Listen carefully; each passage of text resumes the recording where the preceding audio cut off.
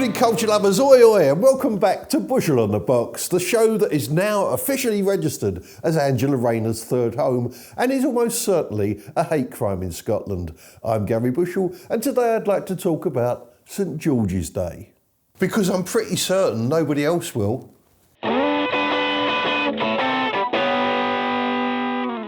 Why does our TV never properly celebrate England's National Day? BBC Two had a night of Irish music for St Patrick's Day. We don't even get that. We know the reason why, don't we? The culturati, the upper middle classes, our self-appointed betters are embarrassed by the whole notion of English patriotism.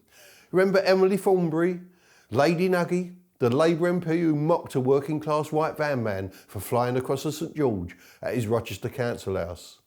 That snobby, sneering attitude is typical of the achingly on message elite mindset.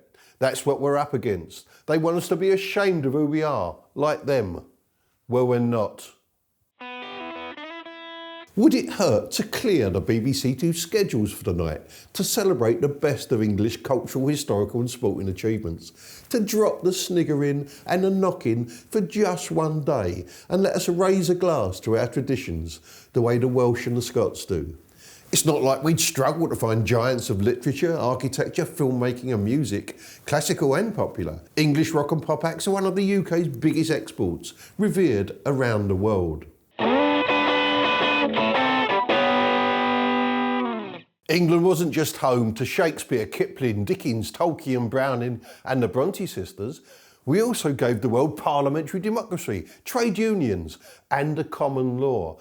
Our youth cults caught on around the globe. English freethinkers, like my late friend Roger Scruton, helped inspire the fight against tyranny in Eastern Europe. The great socialist author George Orwell exposed the menace of authoritarian rule decades before the world caught up, although now, sadly, thought crime and newspeak are back in vogue. Karl Marx lived in London for 34 years because we were the only country that prized free speech and tolerated other views, something else that's increasingly true today. From explorers and inventors to TV groundbreakers, from thespians and sporting legends to comedians, scientists and architects, from military heroes to poets, cooks, craftsmen and filmmakers, the English have punched above our weight for centuries. I'm not saying we should be beating our chests about it 24/7, but what is the problem with celebrating that incredible legacy once a year without the knockers and without the tedious liberal guilt? In a restrained English way, we should be proud of who we are and what we've achieved and what we stand for as a people.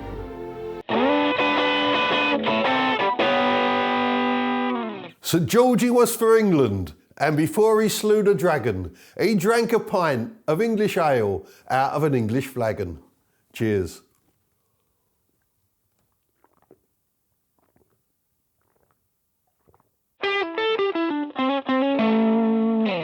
I saw on GB News that car manufacturers have been exaggerating the range of their electric vehicles. So if you're hurt in years to come, the big question will be, will your electric ambulance have enough juice to get you to your nearest closed down A&E? I had an electric car once. I got it one Christmas. It was a Scalextric. I was fed up with it by Boxing Day. Britain's Got Talent is back. The show that does for serious talent contests what Harold Wilson was secretly doing to his deputy press officer for years on end. Last year, the winner was Viggo Venn, a wild-haired Viking with no act. It wasn't so much Britain's Got Talent as Norway's Got Nitwits.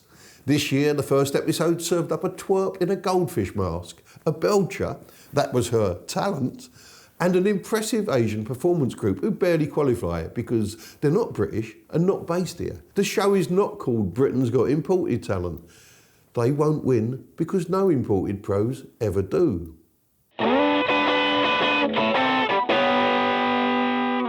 This puffed up show has been a contrived charade for years. It's all about the judges now, and none of them are fit for purpose. None of them has the authority Tony Hatch brought to New Faces. Cal is out of his comfort zone with non-singers. Amanda gushes like an overhydrated cart horse. And why do we need Bruno when we've got Alicia? Why have two dancers on a 4-person judging panel? ITV dress up this dross with the usual hype, ham and hysteria, plus the familiar irritation of conveniently mic'd up audience members to tell us what to think and feel. But the bottom line is, the show should be called Britain's Got Talent, but Simon Cowell can't find it. BGT has lost its mojo, but here's how to reboot it. Prove producers don't fix the result by having acts draw straws for the running order. Ration the nutters. Sadists might enjoy seeing judges crush the dreams of folk whose ambition heavily outweighs their ability, but too many cranks corrode the contest. Lose the golden buzzers. It's just another way to fix the final.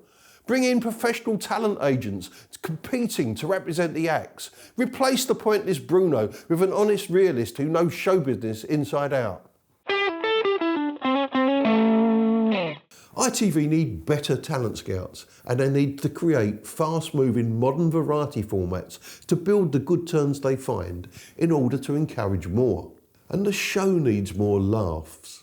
One reason Venn won last year was his sheer silliness. He had no sob story, no issues or grievances, just clown moves and surreal warmth. If nothing else, he'll have a great career in the future as a football stadium steward. Alicia laughed so hard at him, she said she broke her ring. Blimey, the queue of volunteers to kiss that better must have stretched halfway to wet wang. It wasn't all bad on Saturday, of course. I liked the singing impressionist, and the chirper would have turned a chair or two on The Voice. But the balance is all wrong. There aren't enough speciality acts, and ITV turned their backs on mainstream comedians in the 1990s. I knew one woman who only became a ventriloquist to freak out her gynaecologist. The ever-spreading tentacles of the nanny state wind me up. The arguments against smoking, it's not freedom, it's addiction, could easily be used against drinkers too, and will be. Nobody was ever jailed for beating up their other half after smoking half a packet of Woodbines. Odd, isn't it, that the same people who want smoking banned also want weed decriminalised, even though skunk is clearly linked to violent schizophrenia. In fairness, get 5 young blokes on the piss and odds on they'll start a fight. Get 5 young blokes smoking pot, they'll start a band. Once we let the state rule our private lives, it will never stop. If they criminalise fags for being addictive, it'll be alcohol next, then bacon, boxing, sausages, donuts. 14,000 people die every year from diabetes. So by the same logic, will they criminalise the Great British Bake Off? Let's hope so, if only to spare us from the lame comedy skits. And what about social media? That's as addictive as opioids. Even leaving your house is fraught with danger. There are muggers out there, demented skateboarders, careless drivers. We'll end up staying indoors, wrapped up in cotton wool and bubble wrap, and dying of boredom. You can't go into a restaurant these days without seeing someone photographing their food. It's for Instagram, they bleat. No, it's not. It's to eat.